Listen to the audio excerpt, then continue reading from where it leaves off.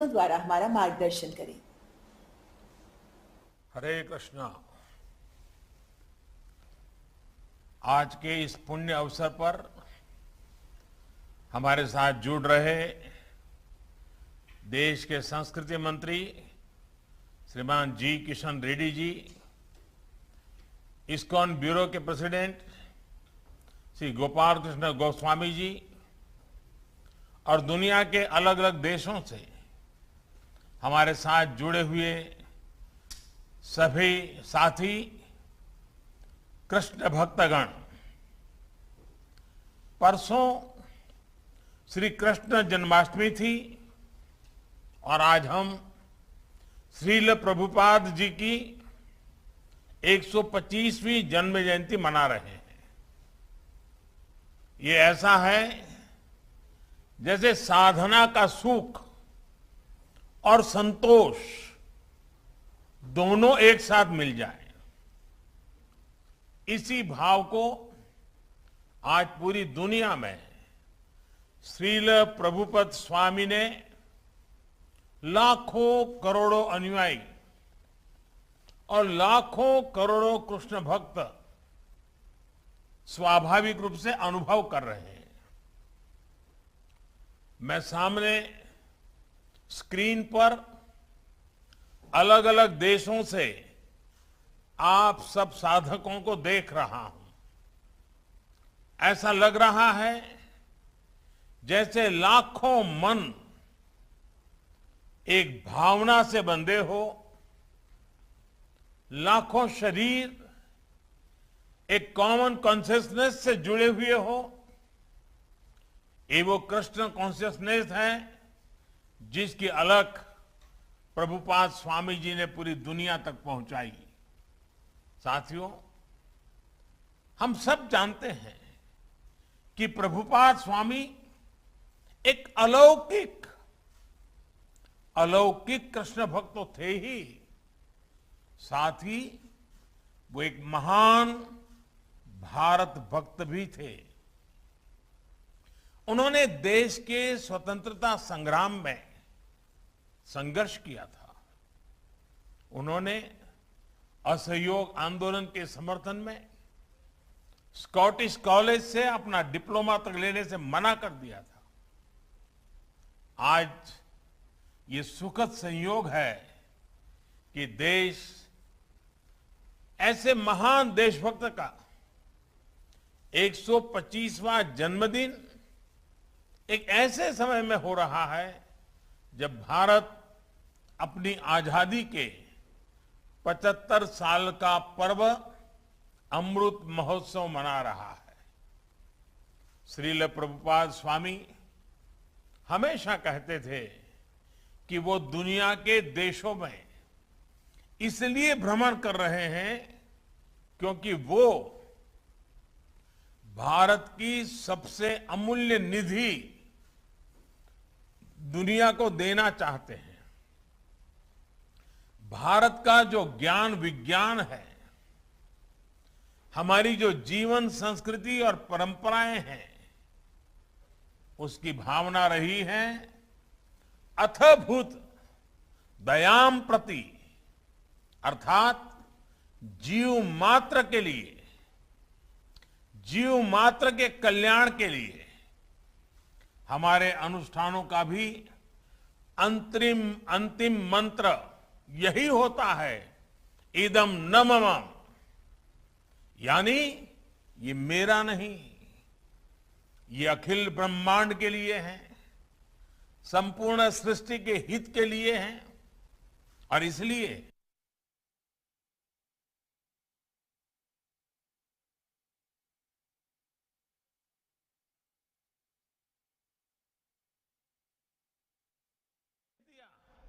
कि वे भारत के चिंतन और दर्शन को दुनिया तक ले जाएं। श्रील प्रभुपाद जी ने अपने गुरु के इस आदेश को अपना मिशन बना दिया और उनकी तपस्या का परिणाम आज दुनिया के कोने कोने में नजर आता है। अमृत महोत्सव में भारत ने भी सबका साथ, सबका विकास और सबका विश्वास के मंत्र के साथ ऐसे ही संकल्पों को अपनी आगे की यात्रा का आधार बनाया है। हमारे इन संकल्पों के केंद्र में, हमारे इन लक्ष्यों के मूल में भी वैश्विक कल्याण की ही भावना है और आप सभी इसके साक्षी हैं कि इन संकल्पों की पूर्ति के लिए सबका प्रयास कितना आवश्यक है। आप कल्पना कर सकते हैं, अगर प्रभुपाद जी ने अकेले विश्व को इतना कुछ दिया है, तो जब हम सब उनके आशीर्वाद से एक साथ प्रयास करेंगे तो कैसे परिणाम आएंगे। हम जरूर मानवीय चेतना के उस शिखर तक पहुंचेंगे जहां से हम विश्व में और बड़ी भूमिका निभा सके, प्रेम के संदेश को जन जन तक पहुंचा सके। साथियों, मानवता के हित में भारत दुनिया को कितना कुछ दे सकता है, आज इसका एक बहुत बड़ा उदाहरण है विश्व भर में फैला हुआ हमारा योग का ज्ञान, हमारी योग की परंपरा, भारत की जो सस्टेनेबल लाइफस्टाइल है, आयुर्वेद जैसे जो विज्ञान है। हमारा संकल्प है कि इसका लाभ पूरी दुनिया को मिले।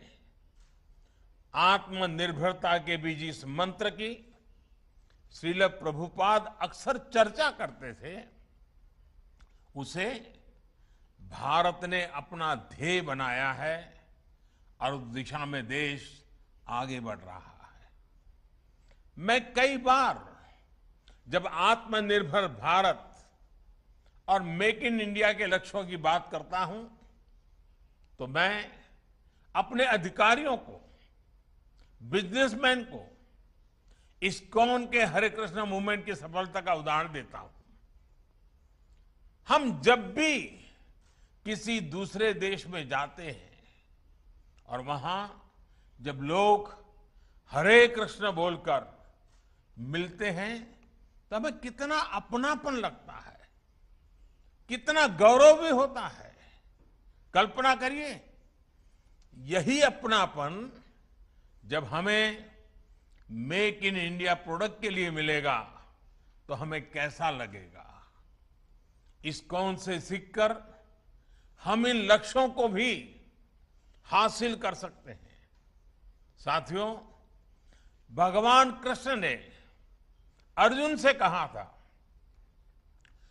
नहि ज्ञानेन सदृशम पवित्रमिहि विद्यते, अर्थात ज्ञान के समान पवित्र कुछ भी नहीं है।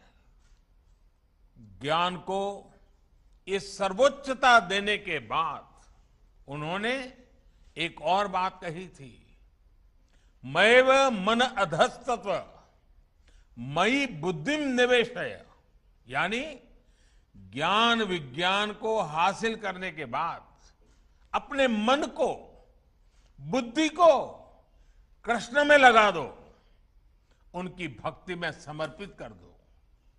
ये विश्वास, ये बल भी एक योग है जिसे गीता के 12वें अध्याय में भक्ति योग कहा गया है। और इस भक्ति योग का सामर्थ्य बहुत बड़ा होता है। भारत का इतिहास भी इसका साक्षी है। जब भारत गुलामी के गहरे गर्त में फंस गया था, अन्याय, अत्याचार और शोषण से पीड़ित भारत अपने ज्ञान और शक्ति पर ध्यान नहीं लगा पा रहा था, तब ये भक्ति ही थी जिसने भारत की चेतना को जीवंत रखा, भारत की पहचान को अक्षुण्ण रखा। आज विद्वान इस बात का आकलन करते हैं कि अगर भक्ति काल की सामाजिक क्रांति न होती तो भारत न जाने कहां होता, किस स्वरूप में होता। लेकिन उस कठिन समय में चैतन्य महाप्रभु जैसे संतों ने हमारे समाज को भक्ति की भावना से बांधा। उन्होंने विश्वास से आत्मविश्वास का मंत्र दिया। आस्था के भेदभाव, सामाजिक ऊंच नीच, अधिकार अनाधिकार, भक्ति ने इन सबको खत्म करके शिव और जीव के बीच एक सीधा संबंध बना दिया। साथियों, भारत के इतिहास का अध्ययन करें तो आप ये भी पाएंगे कि भक्ति की इस डोर को थामे रहने के लिए अलग अलग कालखंड में ऋषि, महर्षि और मनीषी समाज में आते रहे, अवतरित होते रहे। एक समय अगर स्वामी विवेकानंद जैसे मनीषी आए जिन्होंने वेद वेदांत को पश्चिम तक पहुंचाया, तो वहीं विश्व को जब भक्ति योग को देने की जिम्मेदारी आई तो श्रील प्रभुपाद जी और इस्कॉन ने इस महान कार्य का बीड़ा उठाया। उन्होंने भक्ति वेदांत को दुनिया की चेतना से जोड़ने का काम किया। यह कोई साधारण काम नहीं था। उन्होंने करीब 70 साल की उस उम्र में इस्कॉन जैसा वैश्विक मिशन शुरू किया। जब लोग अपने जीवन का दायरा और सक्रियता कम करने लगते हैं, ये हमारे समाज के लिए और हर व्यक्ति के लिए एक बड़ी प्रेरणा है। कई बार हम देखते हैं लोग कहने लगते हैं कि उम्र हो गई, नहीं तो बहुत कुछ करते, या फिर अभी तो सही उम्र नहीं है ये सब काम करने की। लेकिन प्रभुपाद स्वामी अपने बचपन से लेकर के पूरे जीवन तक अपने संकल्पों के लिए सक्रिय रहे। प्रभुपाद जी समुद्री जहाज से जब अमेरिका गए तो वो लगभग खाली जेब थे। उनके पास केवल गीता और श्रीमद् भागवत की पूंजी थी। रास्ते में उन्हें 2-2 बार हार्ट अटैक आया यात्रा के दरमियान। जब वो न्यूयॉर्क पहुंचे तो उनके पास खाने की व्यवस्था भी नहीं थी, रहने का तो ठिकाना ही नहीं था। लेकिन उसके अगले 11 सालों में दुनिया ने जो कुछ देखा, श्रद्धेय अटल जी के शब्दों में कहें तो अटल जी ने इनके विषय में कहा था, वो किसी चमत्कार से कम नहीं था। आज दुनिया के अलग अलग देशों में सैकड़ों इस्कॉन मंदिर है। कितने ही गुरुकुल भारतीय संस्कृति को जीवंत बनाए हुए हैं। इस्कॉन ने दुनिया को बताया है कि भारत के लिए आस्था का मतलब है उमंग, उत्साह और उल्लास और मानवता पर विश्वास। आज अक्सर दुनिया के अलग अलग देशों में लोग भारतीय वेशभूषा में कीर्तन करते दिख जाते हैं। कपड़े सादे होते हो, हाथ में ढोलक, मंजीरा जैसे वाद्य यंत्र होते हैं, हरे कृष्ण का संगीतमय कीर्तन होता है और सब एक आत्मिक शांति में झूम रहे होते हैं। लोग देखते हैं तो उन्हें यही लगता है कि शायद कोई उत्सव या आयोजन है।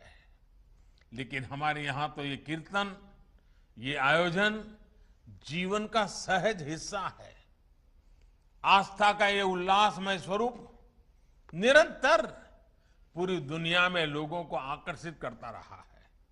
ये आनंद आज स्ट्रेस से दबे विश्व को नई आशा दे रहा है। साथियों, गीता में भगवान कृष्ण का कथन है, अद्वेष्टा सर्वभूतानां मैत्रः करुण एव च निर्ममोदिरहंकार सम दुख सुख शमी। अर्थात जो जीव मात्र से प्रेम करता है, उनके लिए करुणा और प्रेम रखता है, किसी से द्वेष नहीं करता, वही भगवान को प्रिय है। यही मंत्र हजारों सालों से भारत के चिंतन का आधार रहा है और इस चिंतन को सामाजिक आधार देने का काम हमारे मंदिरों ने किया है। इस्कॉन मंदिर आज इसी सेवा परंपरा के आधुनिक केंद्र बनकर उभरे हैं। मुझे याद है जब कच्छ में भूकंप आया था तो किस तरह इस्कॉन ने लोगों की सेवा के लिए आगे बढ़कर काम किया था। जब भी देश में कोई आपदा आई है, चाहे वो उत्तराखंड की त्रासदी हो या उड़ीसा और बंगाल में साइक्लोन की तबाही, इस्कॉन ने समाज का संबल बनने का काम किया है। कोरोना महामारी में भी आप करोड़ों मरीजों, उनके परिजनों और प्रवासियों के लिए लगातार भोजन और दूसरी जरूरतों की व्यवस्था करते आ रहे हैं। महामारी के अलावा भी लाखों गरीबों के भोजन और सेवा का अनवरत अभियान आपके माध्यम से चलता रहा है। जिस तरह से इस्कॉन ने कोविड मरीजों के लिए अस्पताल बनाए और अब वैक्सीन अभियान में भी सहभागिता निभा रहे हैं, उसकी भी जानकारी मुझे लगातार मिलती रहती है। मैं इस्कॉन को, इससे जुड़े सभी भक्तों को आपके इस सेवा यज्ञ के लिए बहुत बहुत शुभकामनाएं देता हूं।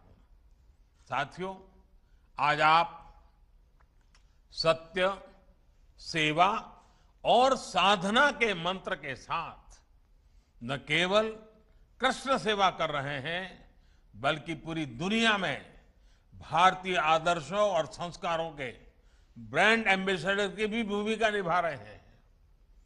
भारत का शाश्वत संस्कार है सर्वे भवन्तु सुखिनः, सर्वे सन्तु निरामया।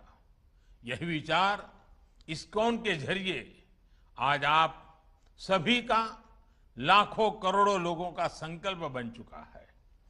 ईश्वर के प्रति प्रेम और जीव मात्र में ईश्वर के दर्शन, यही इस संकल्प की सिद्धि का मार्ग है। यही मार्ग हमें विभूति योग अध्याय में भगवान ने बताया है। हमें विश्वास है कि वासुदेवः सर्वम का ये मंत्र हम अपने जीवन में भी उतारेंगे और मानव मात्र को भी इस एकता की अनुभूति कराएंगे। इसी भावना के साथ आप सभी का बहुत बहुत धन्यवाद। हरे कृष्ण।